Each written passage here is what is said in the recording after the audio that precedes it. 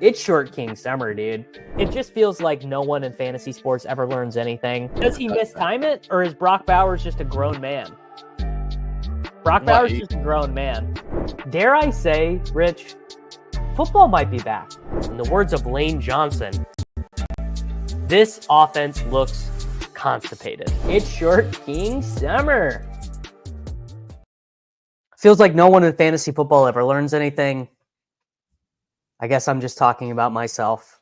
This is the Week 7 Gillcast. Davis Mattek, Nate Nohling with you. No Sammy Reid.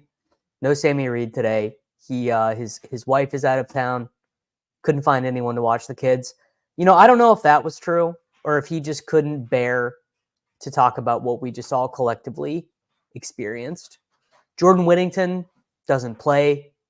Jaden Daniels scores 5 points on one series and then leaves the game. Juju Smith-Schuster injures his hamstring, leaves the game. Not really what you want. Not really what you want if you've invested American dollars in these players. Nate, it's been a long time since we've had a true wipeout. I think it's been years since we've had a true no dollars returned. It's not great. It just really doesn't feel great, man. Yeah, this sucks. I mean, I think I enjoy playing when you play bad, like losing when you play bad than this way, because at least I have someone to aim my frustration at. And like, this is just like sad. Yeah. I mean, we're going to get to it. I don't think I played great, but I don't think I played get $0 back bad, which is, I mean, I completely agree. Like, I think I would much rather, well, I don't know. Maybe sometimes it is better. No, I definitely would rather lose playing bad. I would definitely rather lose playing bad than playing like just okay, you know? Like if I play just okay and I lose 70%, you can basically deal with that. But when you're just getting owned, it's really not ideal. So yeah, guys, Sammy's not here. He did send us, I mean, obviously we have his team. He did send us a team in the $75 red zone that actually I think is sort of interesting to discuss, because he did one interesting thing there that I don't think was combinatorial owned. So we got some stuff to talk about, but we started early. We might be done by the time Sunday Night Football starts, Nate. That'll be good. It'll be the first time I'll be able to say goodnight to my child on a Sunday night because I lost so much money and we're not going to be able to send him to college. Yeah, I don't think this is going to be an hour-long show. I'm just going to go out on a limb and say I don't know if we've got an hour of bullshit to do. All right. I've got my team highlighted. Boys, this is going to be a good reveal. This beautiful team is what I played in cash games on DraftKings.com. I played Jaden Daniels, Kyren Williams, Tony Pollard, Jordan Whittington, Noah Brown, who was a swap from Juju Smith-Schuster when I realized how far behind I was, Drake London, Grant Calcaterra, Deontay Johnson, who was a swap from Chuba Hubbard, straight up. And then I played the New York Footballing Giants defense. So from a really high level. Get into the Grant take. So the Grant take, honestly, I mean, first off, if you had told me, I would have gotten, when did Watson get injured? Right at the middle of the second quarter, something like that. Yeah, end of the second quarter. Njoku was set up for a smash even with Watson. I mean, he was already on his way. Yeah, he was definitely a good play. Like my thing about playing Calcaterra was never about Njoku. I thought Njoku was fine. Thought he was good. I mean, I didn't play him at all in tournaments either, just because I don't want anything related to Deshaun Watson. But the reason why I played Calcaterra was because the 2v2 was Kyren Williams and Calcaterra versus Kenneth Walker and David Njoku. Now, obviously, Walker ends up outscoring Kyren, although he did have his lowest target share of the year in this game. part of that is scoreline effects. I mean, and not like I'm saying Kenneth Walker is a bad play. Like, clearly I'm not saying that. Kenneth Walker is awesome. I thought two things. The first thing I thought was, why was he listed? Why did he come up as questionable on Saturday with an illness? I kind of fished that because I didn't play him very much in tournaments either. It wasn't a Saturday illness. It was a Sunday morning illness. Well, so do you know the thing about that is it was literally his birthday, and they're in Atlanta. So I was like, this dude's showing up to the game hungover. His backup is just like a good running back. Like, if they shifted 10% of the work to him, that would not be surprising. Again, not that I'm saying like, oh, Kenneth Walker was some terrible play. And the other thing was, I mean, Calcaterra did exactly what I want. He played, and I guess I can pull up the actual data, but he played, I believe, 90% of the snaps. Like, he was out there a ton. Let me get the actual snaps. Grand Calcaterra, 47 to 66 snaps, 19 to 23 routes. So 90% route share for 3,200. It is what it is. This is an insane stat. I've never seen anything like this before. The Philadelphia Eagles, do you know how many aimed throws Jalen Hurts had in this game? I don't want to know. Less than 20. Aimed throws, so non-scrambles, non-sacks, passes that were not throwaways, aimed throws at a receiver, 11. So if I would have projected the Philadelphia Eagles for 11 aimed throws and 14 total passing attempts, I definitely would not have played Grant Calcaterra. But do I feel bad about it? Obviously, the results make it feel pretty bad. But, like, if this same situation presents itself again in 4 weeks and Dallas Goedert's out and Grant Calcaterra is $3,200 against, and they have a 26-point team total, I'll probably do it again, to be honest. Well, I mean, you'd be set up to lose money again. I mean, the reality is, like, he was the worst, like, tight end play that you could have played. Like, it was Njoku, it was Parkinson. Yeah, Parkinson I was never going to play. Parkinson. You don't save any money. I mean, Njoku was only 4,100. I mean, you're talking about saving $800 to give up how many points of projected floor? Like, I just don't get. I don't understand it at all. I mean, it'd be different if Njoku was 5,200. Well, it was the exact 2v2. I just told you what I did. I played Kyren instead of Kenneth Walker because Kyren was the best. To me, he was the best running back play of the slate for cash. There is no volume play in the world safer than Kyren Williams. To be honest, like Parkinson, I thought was a 0%er. I don't think I played him at all. Colby Parkinson has been in the NFL since 2020. He's got one game with more than 50 yards. Calcaterra had more yards than that last week. Like, it's just he just is not a player who offers. He's a blocker. You know, he's not a receiving tight end. It's like playing Hayden Hurst or Will Dissly. I just was never going to play. I was never going to play Grant. Like, never. I would have played Njoku. I did play Njoku because he was the best play. And then I would have played Parkinson or, Jatavian Sanders. I don't know. I don't know what I would have done. But I wouldn't have gone there. I did think about Jatavian.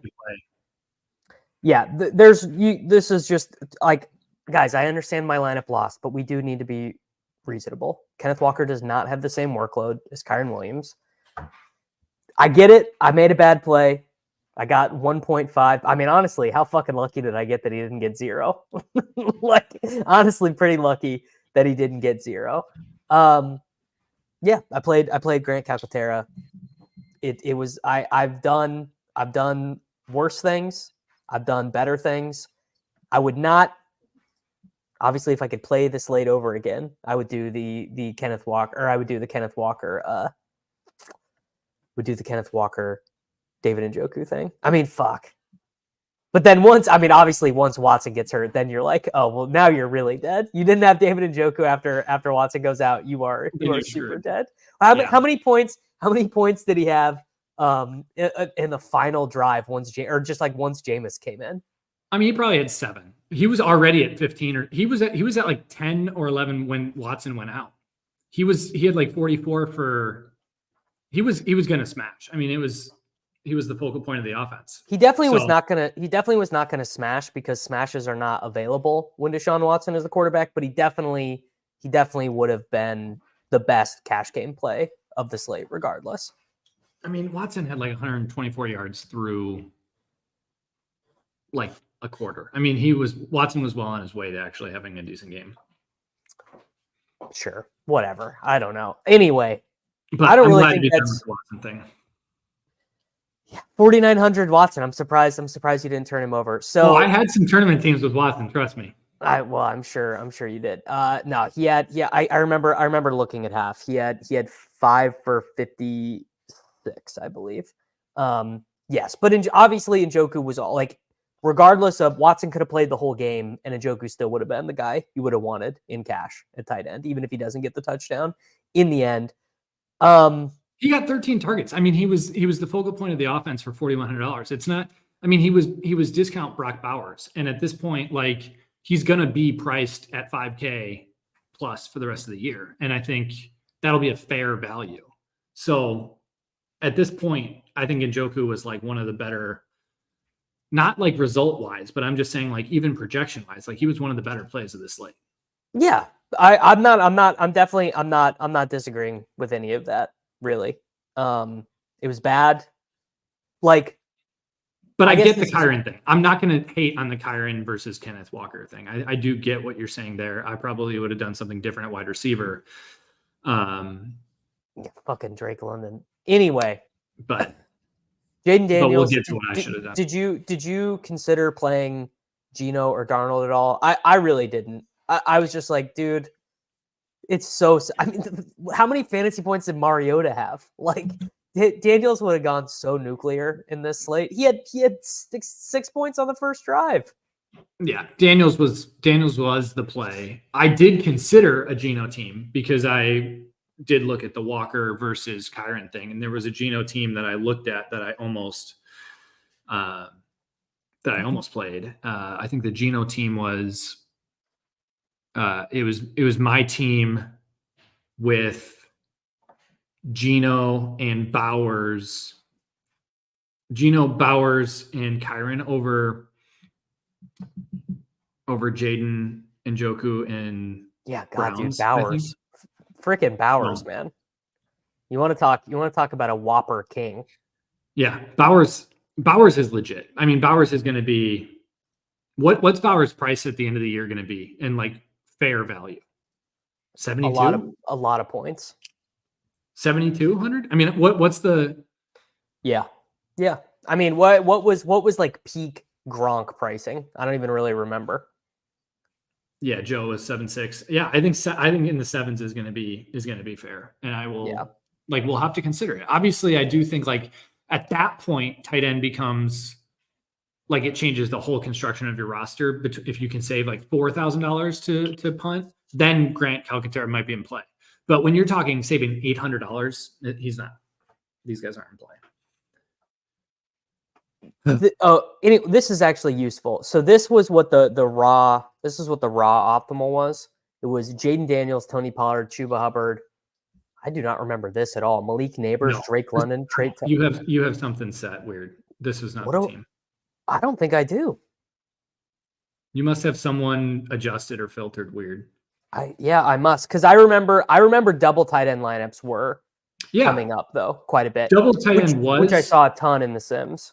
Yeah, double tight end was I saw a lot of teams, but it wasn't with Neighbors. Neighbors was not in any. This is it. You had to I have to click avoid tight end and flex. This is it. Jaden Daniels, Aaron Jones, Tony Pollard, Drake London, Jordan Whittington, Trey Tucker, Njoku, Hubbard, Rams D. That sounds more right. Yeah. Although there were a bunch of lineups that projected really close today because of the aforementioned tight end thing.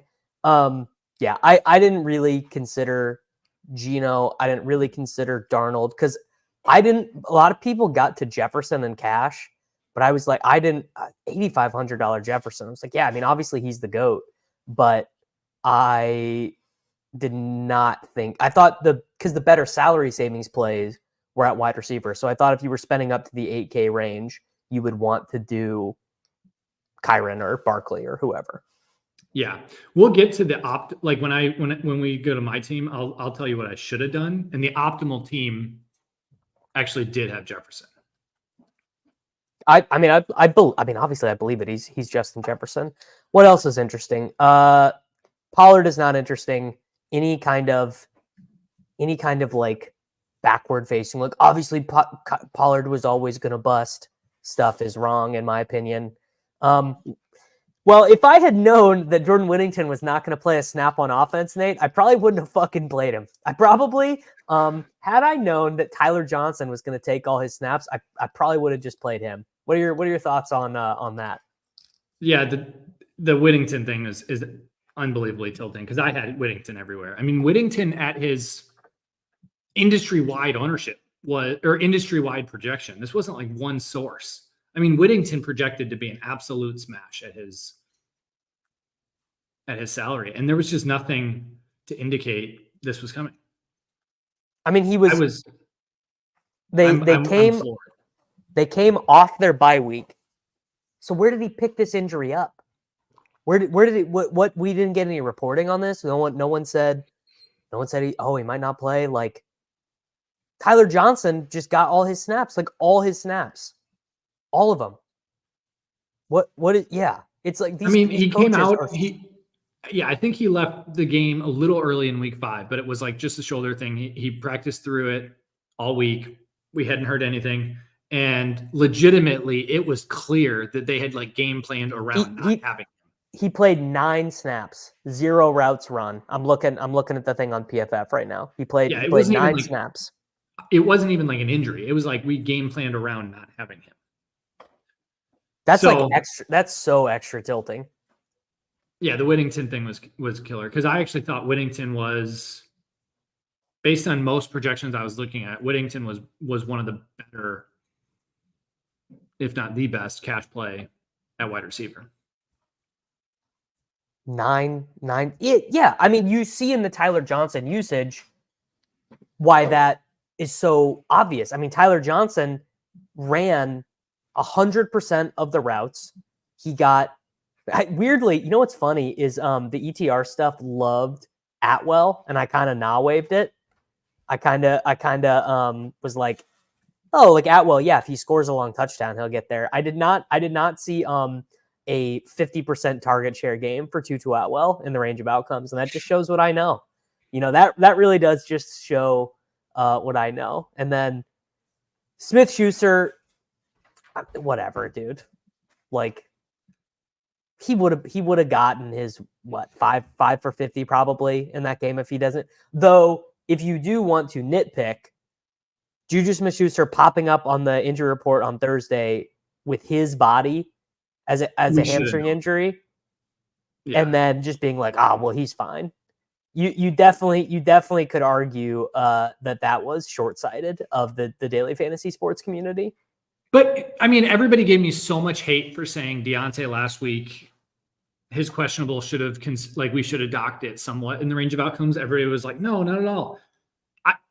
Going into this week, maybe I just had I didn't consider the Juju thing a risk like I did last week with Deontay. There was no range of outcomes. I didn't either, buddy. There was no range of outcomes in my mind that Juju wasn't going to play, and he did play. He started the game. Well, there was no risk in my mind of like the mid-game injury like that. So it was tilting. I mean, here, click on my team because it was, I mean, I had the wide receivers. I mean, this is brutal. This is absolutely brutal. double zeros, and Hubbard is there, and you're like these late game starts, and you're like, I'm rich, dude. Ivan Njoku, like I'm rich, dude. The first play that Jaden Daniels touched the ball, he ran for 41 yards. I legitimately had already withdrawn from DK. I was ready to deposit into my bank account. The money was mine. I had the David Njoku game, Juju, Whittington, Daniels, Hubbard left. I mean, it was a smash. I had the Walker game. I'm so floored at how bad this has to be like one of the worst afternoon slates I could have possibly imagined. I mean, everything, all the chalk in the late games didn't get there.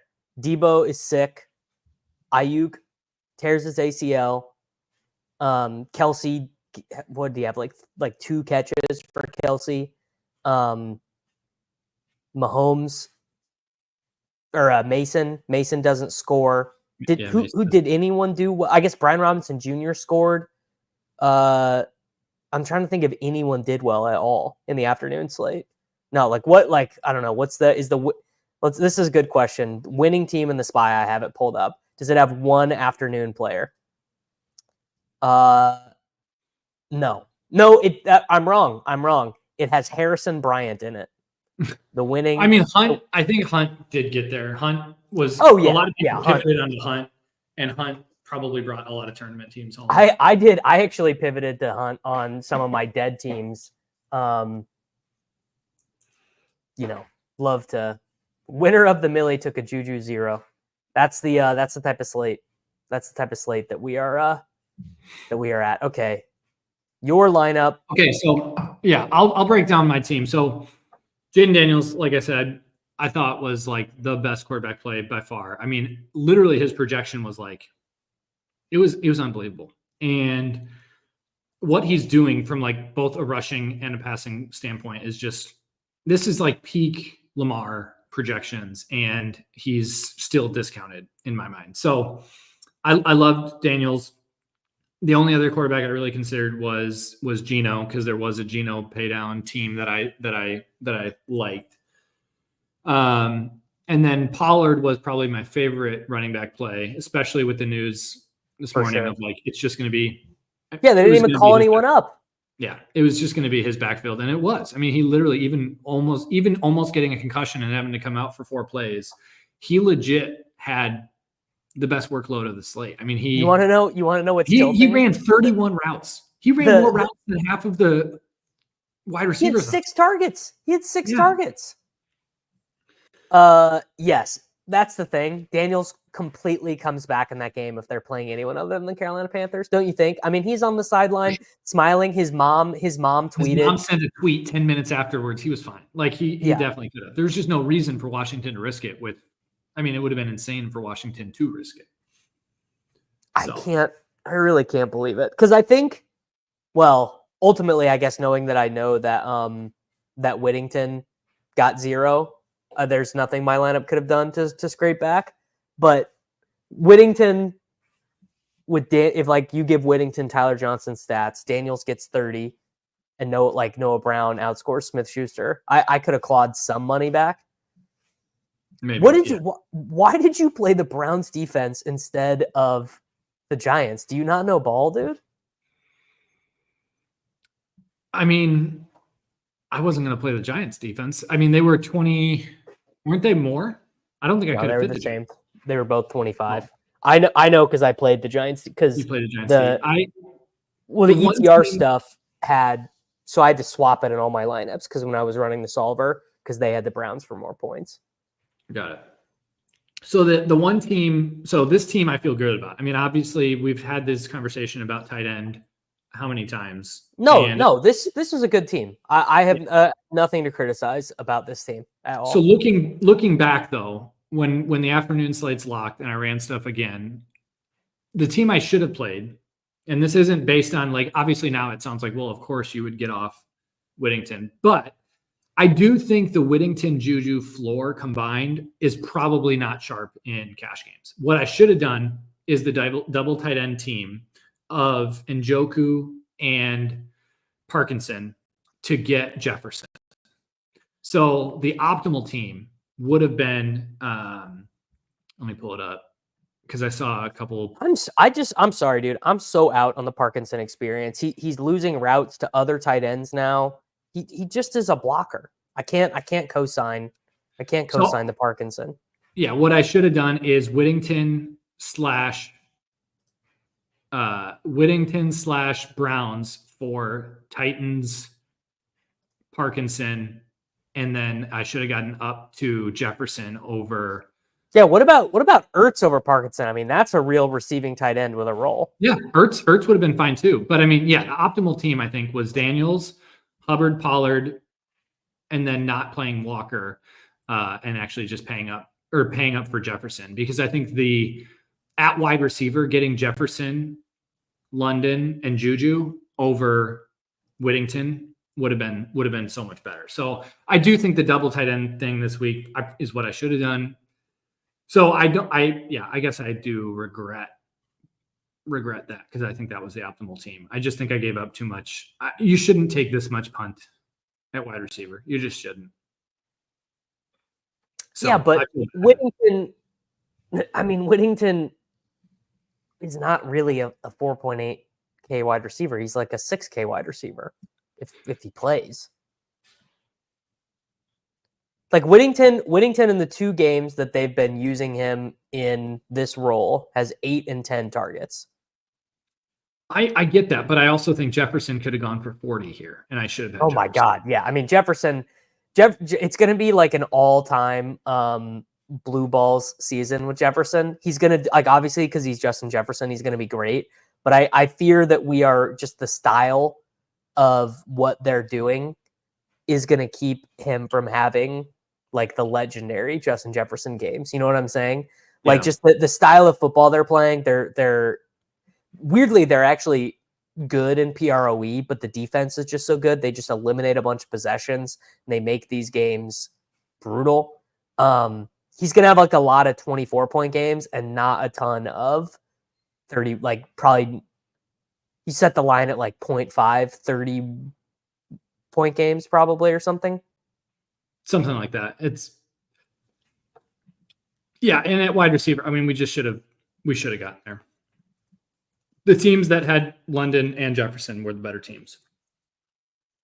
Yeah. I mean, London, the first half from London was a little bit tilting, but I mean, man, this guy, it really is kind of all happening for Drake London. Like they're giving him touchdowns. He's running all the routes. And how about old Kyle Pitts today? I believe he led them in targets. I think he did. Yeah, he did. 9 out of 35 targets for Kyle Pitts, 8 for London. All right, let's get into some wide receiver discussion, because there were a bunch of other wide receivers that a bunch of people played. Neighbors was like 18. It's because of that lineup I just showed. Neighbors was like 18% in cash. I saw a lot of Noah Brown. I saw a lot of Trey Tucker. I think some of the Noah Brown was swaps, but I mean, Noah Brown was projected very close to Juju everywhere, like very, very close. I did not have him that high. Yeah, 18% Trey Tucker. I'm going to be honest. That's Brock Bowers' team. I'm just not. I can't do the Trey Tucker thing. Not in cash. Okay, this is a weird. I really team. didn't consider any other wide receivers other than. I saw a little bit of this. Whittington, London, Juju, and Jefferson. I didn't consider anybody else. I considered. I'm trying to remember who else I considered. There was someone else. I looked at Jefferson for a second. You know who else was showing up was Tank Dell. Tank Dell was showing up in some of my stuff for like optimal. I mean, obviously he showed up a lot in tournaments, but yeah, Tank Dell showed up in tournaments. I'm trying to find what his ownership was, because I know he was owned, because I sorted by ownership to let's talk swaps here in a second. Tank was 7% owned in the $25 double up, looks like. Yeah, there you go. Here's the train. No, this is just a random dupe team. Yeah, I don't know. I didn't consider any of these guys at all. No. Well, I guess we can talk swaps real quick. So I swapped. What did I do?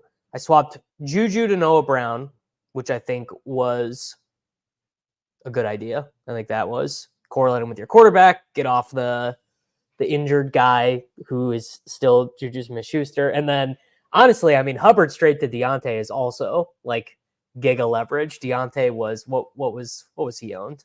He ended up being 4.6% owned compared to crazy Hubbard. In the 25, I thought he was like 7. 4.6%. Oh, this is the 50. This is the giant $50 double up. Deontay Johnson was 4.6% owned, and Hubbard was 77.9% owned. So that, I mean, again, obviously, theoretically, in a universe where things work differently, could have gotten there, didn't get there. Those were good swaps. Yeah, I think so. Glad I didn't swap to Debo. DK was, I saw DK in like a 10% of teams too. Yeah, people just, I mean, people just love that Seattle Atlanta game. Yeah. All right, pull up Sammy's team. Oh, I don't know. I probably can't. Well, hold on. Let me see. Let me see if I can be a good streamer and share this. Fuck. He literally sent us a screenshot. Oh, he did? Here we go. Oh, this is terrible framing, but this is the team that Sammy played. Sam Darnold, Aaron Jones, Chuba Hubbard, Justin Jefferson, Jordan Addison, Noah Brown, Grant Calcaterra, Brian Robinson Jr., and the Rams defense. So the only interesting thing I think to talk about with this actually has two of the three most interesting GPP guys I want to talk about. So Aaron Jones, yeah. So I actually played a team almost identical to this in something. I don't remember what, where I played Darnold, Aaron Jones, and Jefferson all together. But the thing that I thought that was interesting about this was the combo of playing Hubbard and Brian Robinson Jr. together. What did you think about that? Well, pre-lock, I would have said that's sharp. The issue is, and like, I'm not ripping on Sammy at all, because I do think Sammy knows ball. And I like, go back to the team. This team is a sharp team. I'm about to punch it in the solver so that I this don't have team to is a sharp team, window. But everyone was on this build. Jordan Addison was like the 4th or 5th highest owned wide receiver. Brian Robinson was the 5th highest owned. That is so fucking funny. Nate, this happens every week. So literally, honestly, I'm not exaggerating. I want Sammy to send me his sharpest team pre-lock, and I want to go in and null all of those players in my tournaments, because all of those players are coming in so steamed. The Sam Darnold, Justin Jefferson, Jordan Addison. I mean, those guys got steamed way up. Brian Robinson was like, he ended up being one of the worst plays at ownership on the slate. And I liked him. And so, I mean, it was pretty unbelievable. Yeah, I think in the, what was this? The one I was looking at earlier, the people, it's because, dude, everyone's woke to what you're doing now. Everyone is woke to the super team stacks. Well, I mean, yeah, it was, those guys were so steamed. I couldn't believe it. Jordan Addison at 19.5% in the 150K SPY. That is like one of the worst plays of all time. I mean, it's nuts. And then you got guys like Tank Dell coming in at 15%, Brian Robinson coming in at 17%. So like, I like Brian Robinson. I think Brian Robinson was a sharp play, but the issue is, if you know these percentages, you can't play Brian Robinson. Yeah, I mean, the Brian Robinson thing is shocking to me at that percent. I mean, it's shocking. So I would say this team is this a post? Yeah. So Brian Robinson came in almost twice the ownership. Calcaterra came in way more. Addison came in double the ownership. Yeah. The one good thing about this lineup that happened was Aaron Jones came in way under-owned. Under-owned guy of the slate. So yeah, I don't know. I mean, I like this team, but I do think like we have to get through this. Like, the meta is play bad players. The meta is like, don't play the good players. Jordan Addison is a good play, but not at this ownership. Brian Robinson is a sharp play, but not at this ownership. And so you almost have to like build what you think is sharp and then fade all of those players and then go like, who's good if these guys get steamed? 10%. Well, Aaron Jones, Joe Mixon, those guys really fit the criteria of just like guys with a lot of workload who no one wants to click. I played a little bit of Mixon. Actually, I had a lot of Mixon in BR this week. Yeah, like, I think the Drake London, Malik Neighbors is like a perfect way to think about it. Exactly. So Drake London and Malik Neighbors. Drake London projected for more than Neighbors for sure, and Neighbors projected for like 10% less ownership. So everyone who's playing GPPs is like, oh, fade London, and I'll get Neighbors. Well, Neighbors actually came in at or above London. Neighbors came in at 22.04, and then London came in at 23.96. So you've essentially just closed the gap, and now you're just doing a coin flip, and you're taking the worst projected player at the same level of ownership. And so it's like, and it's those two players are like the perfect archetype that we could have guessed this before the lock. Like, those guys are going to get steamed. These guys are not going to be played, So yeah, it's almost really, like, I mean, yeah, Stroud throws for 86 yards today. God, I have a lot of bad tournament teams. At least bad results. Yeah, I liked the onslaught stuff. All right. Let's do mine. I obviously have a bunch that we could pick from, but we can do this one because you already have the stuff ran. This was in the smaller SPY. So this is in the 150K SPY, 1,616 entries, I believe. I did a Geno double with Metcalf and JSN. I played Brian Robinson Jr. I played Tony Pollard. I played Drake London, DK Metcalf, JSN. The wonky thing that I did was I played Travis Kelce. You know who's a bad play, Nate?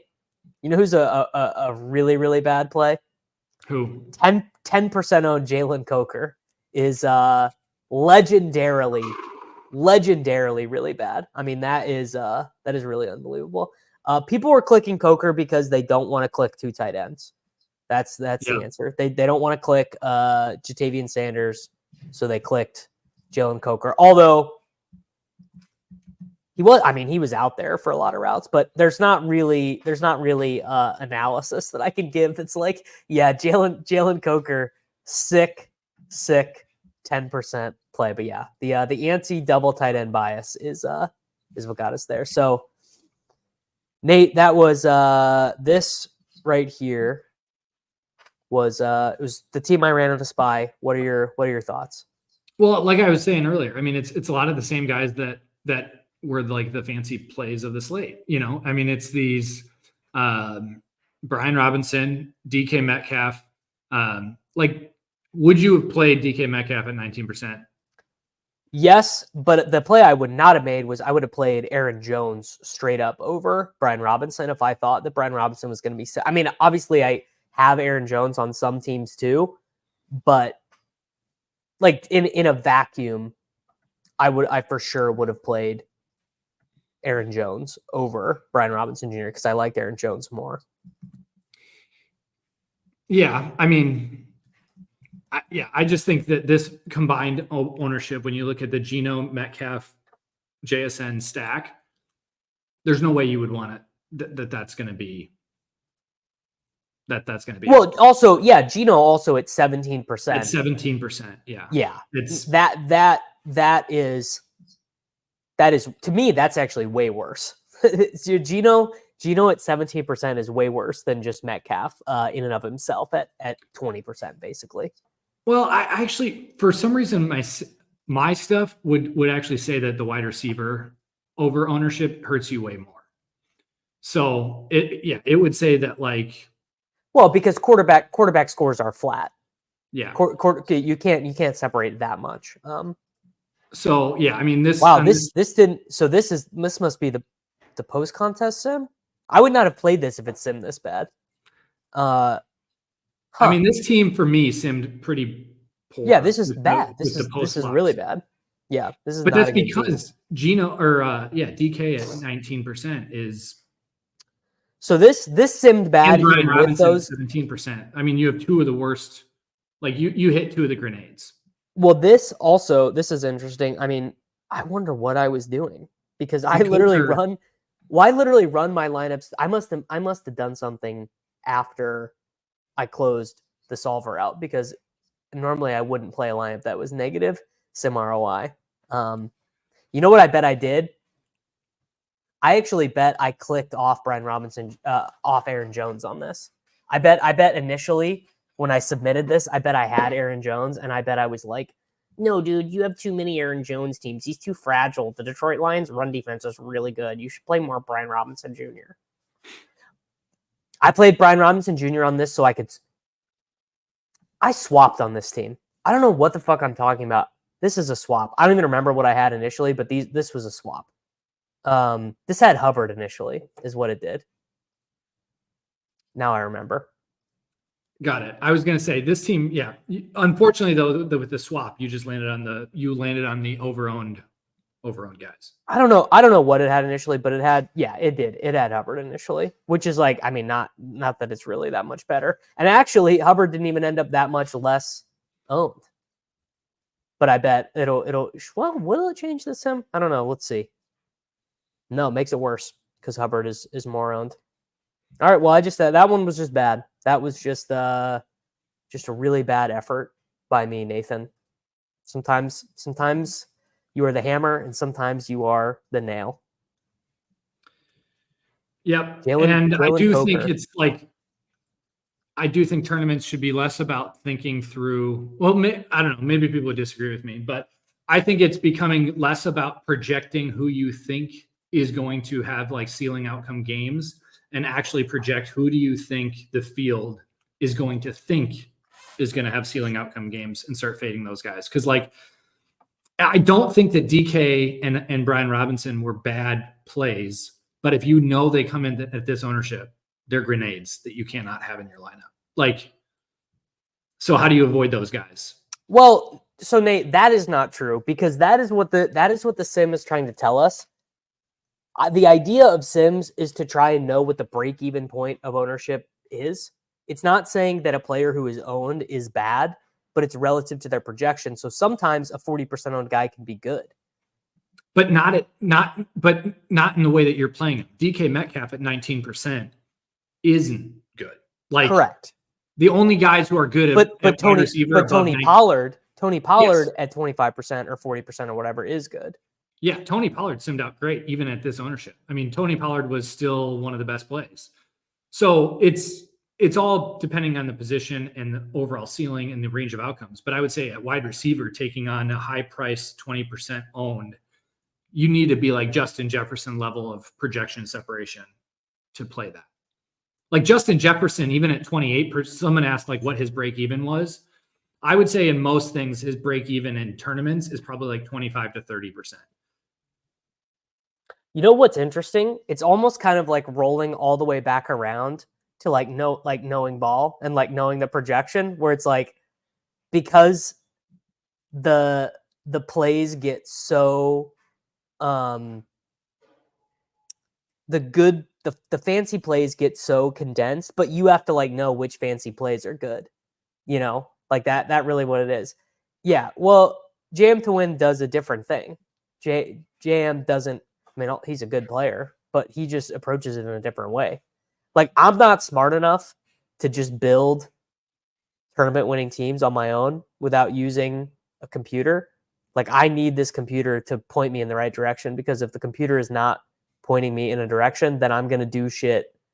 Like, the thing I always used to do is what we were making fun of Sammy for last week, is I'd play an 80% chalk lineup, and then I jam in two $3,800 guys who are like the worst plays of the slate, your Jalen Coker equivalents, and just have ass lineups that didn't score points, had these super fragile plays with chalk. They were just useless. They were just bad construction.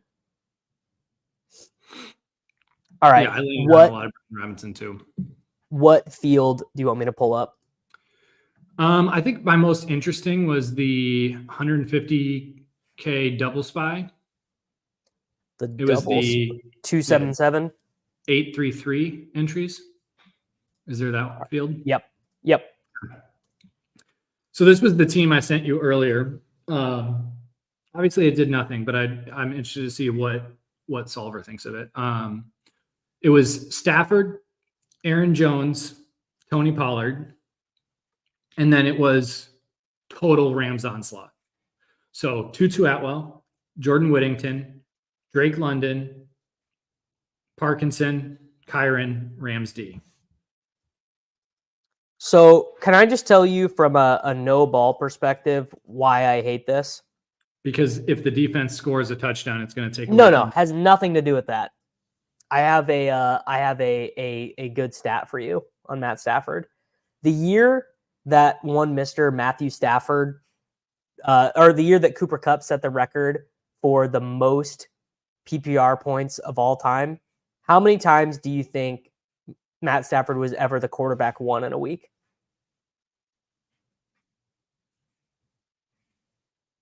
Top scoring quarterback in a week. The year his wide receiver set the record. I don't know, but I hate stats like this because that doesn't matter. Like, you're not playing to be the top scoring quarterback in the week. You're playing to have the lineup that scores the most points in the field that you're playing against. And so even if Matt Stafford's the third highest scoring quarterback in the week, but his overall team that he supports ends up being the team that you need in a small field, like, that's what I care about. He just doesn't. But the game is not getting the number one score of quarterback. Like, that's true. It doesn't matter. I would take Baker Mayfield last week when he was the fifth scoring, but he was a concentrated offense. You don't need I'm pretty sure Baker was the highest scoring, wasn't he? No, I think Lamar and I think other people outscored Lamar did not outscore him. I know that.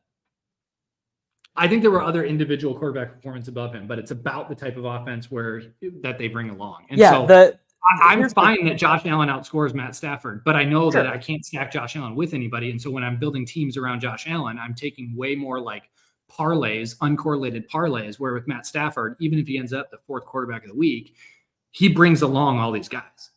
So, yeah, I mean, so like this lineup, I think is fine. I would not have played Parkinson because I'm just against him as a fantasy asset because he's not a good one. But the rest of it is fine. Playing the Rams defense with it is fine. The Rams defense was good. Playing the thing I've most been mind opened to is that playing the running back with the stack is completely fine. Absolutely no issue with it because basically of exactly what happened. Like basically exactly this type of slate where it's just like there were only like 3 good offenses on the entire slate. And you just wanted to get as many of that as possible because there's such a discrepancy between the haves and the have-nots in the NFL right now. And that's the other thing. This is also a very small field. This is 833 entries. So your 80th percentile outcomes are totally fine for a field size like that. Yeah, so this was probably the team that I thought was the most interesting. And then Aaron Jones came in way under-owned. So this team in my post-lock stuff simmed out really, really well. So it simmed out well pre and it simmed out well post. But really what I'm trying to do these days is trying to build teams that are not fragile to projection ownership misses. And so I'm trying to construct my teams in a way that even if certain players end up a little over-owned, that I'm not relying on a bunch of these fragile Grant Calcaterra types that like, okay, if this guy comes in at 2% owned, I'll get, okay, but then if it comes in at 8% owned, you're screwed and this lineup's bad. So it's trying to play and not open yourself up to the fragility of the range of outcomes with ownership, because NFL DFS ownership is just hard to predict. Even though a lot of these sites do the best that they possibly can, sites are off significantly. Nate, that's actually a really interesting point. That right there, what you just said, like, is a total mind expanding moment for me, where it's like, instead of trying to fret, like, oh, dude, is Kyron going to be 19% or is he going to be 27%? What's the difference? It's like, yeah, without a shadow of a doubt, these guys could all be projected for 50% ownership, and no one is even going to come close to duplicating your not only like even combo wise, like Atwell Whittington, they could both be chalk. They're not going to be chalked together. Atwell Whittington Parkinson, definitely not going to be chalked together. You'll be I'm sure we could look. You'd be the only one in the contest who played that. Yeah, and so I think and there's certain ways to construct your lineups where the guys that you have, even if 10% more ownership goes your way, you're still going to sim out positively. But then you can run other lineups where it's like the reason this sims well is because this falls into a weird spot into the field lineup that you're simming against, that you're the only one who has this range of outcomes where it's like you get all the first place prizes, but it's like, okay, but if that guy comes in at 8%, you lose all your equity. Don't play that lineup. That lineup is extremely fragile to ownership going your way. So even though it might project well pre-sim, having the ability to estimate, like a guy like Tony Pollard, even if Tony Pollard comes in at 40%, he's still a good play. So like he's just more of a bulletproof type play versus if you play Brian Robinson at 8%, Brian Robinson is only going to sim well in 8% fields. He's not if he comes in well at 19%, he's terrible. So trying to build your lineup around guys like that. And I'm not saying I have it figured out, but I'm just saying that's what I'm trying to do this season. No, I think it's good.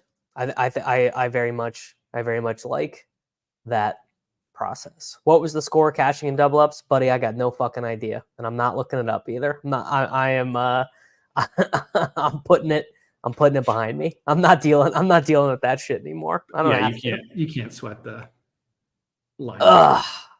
Well, next week randomly, there's no bye weeks, so we're just back.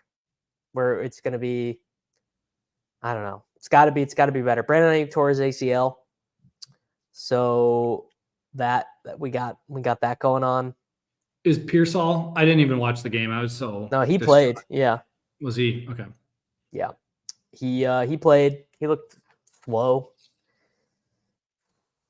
Man, the Miami Dolphins. I guess the Dolphins are getting Tua back, so maybe A-Chain. That was.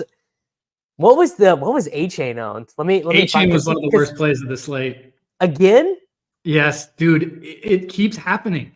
So A-Chain again came in. I mean, I played him. Dude, A-Chain again came in at like 9%. Let me see if I can find my A-Chain lineup. A-Chain was at 9%. Oh, Nate, you'll love this. This was in a larger field, so the ownership will be different.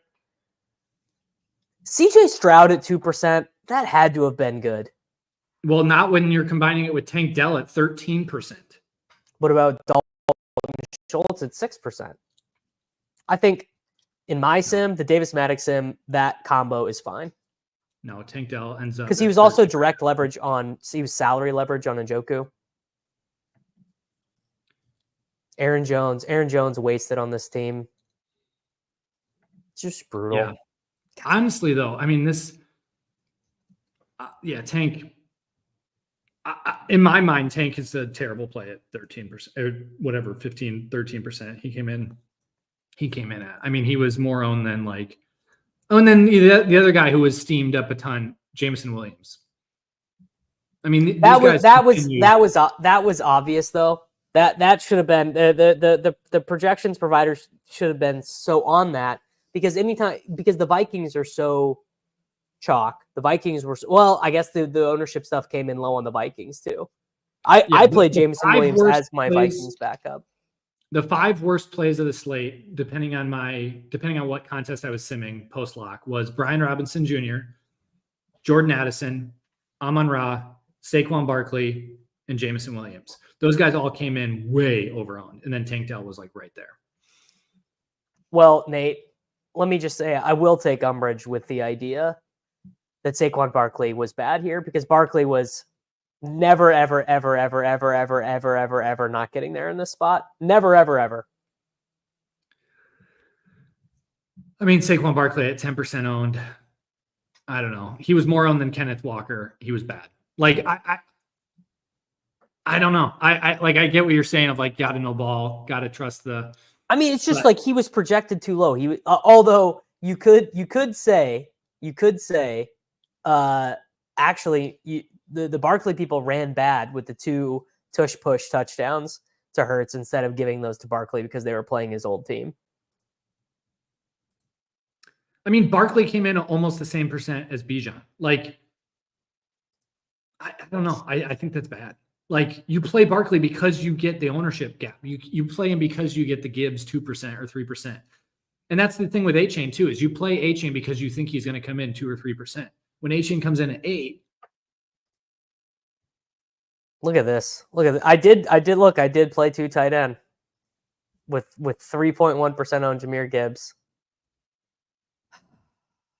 Dang. Tough day. Tough day at the office. All right, man. Let's get out of here. Guys, thank you for listening. Thank you for watching. If you are listening to this on the rotogrinders fantasy football feed, you can come and hang out with Nate, myself, and most weeks, Sammy Reid on the YouTube channel. We do it live after the games end.